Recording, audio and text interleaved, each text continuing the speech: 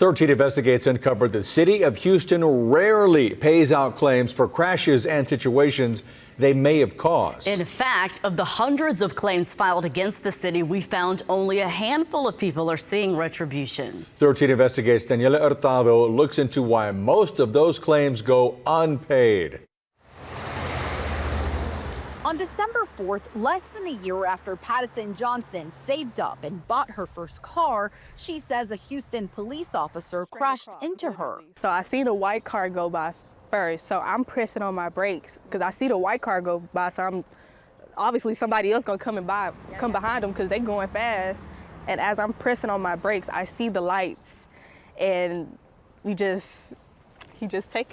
took it all with him. Johnson says the officers' emergency lights were on, but had no sirens as they pursued someone along Buffalo Speedway and South Main in the middle of the afternoon. Her car is now totaled. All the estimates I was getting was literally higher than the value of the car. I think the last estimate I got was around $16,000.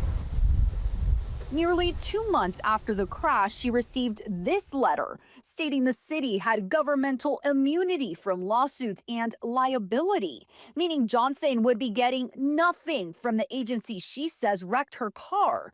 Records obtained by 13 Investigates found Johnson is one of more than 300 people who filed claims with the city since 2024. I'm pretty sure they worked hard to get whatever they had, and just for the city of Houston to come in and destroy it and not even want to compensate the people, that's heartbreaking. Another woman who didn't want to be identified told us Houston police damaged her car while pursuing a suspect near the Toyota Center.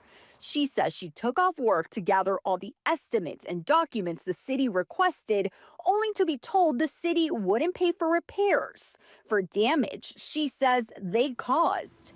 A 13 Investigates analysis shows only 23% of the claims filed against HPD end up getting paid out. There are certain aspects under the law that you can waive their immunity, and one of them is negligence through driving a motor vehicle. Joseph Malouf has been practicing law for more than 3 decades. I think in the course of 34 years, I think I may have settled one case prior to having to file suit against the city. He says someone would need to prove an officer was being reckless in how they were pursuing whoever they were chasing to have a chance at winning their case.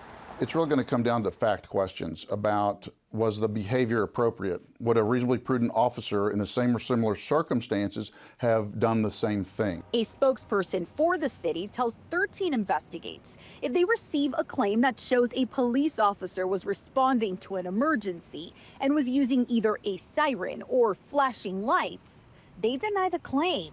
If the plaintiff's attorney believes they can prove the officer's actions were reckless or disregard an applicable law or ordinance, they can file a lawsuit. They definitely need to start taking more accountability, even if it's not like a lot of money, but just a little something, because at the end of the day, y'all still caused it. In the meantime, Johnson needed to buy a different car to get to work. So now she's paying 2 car loans and has hired an attorney.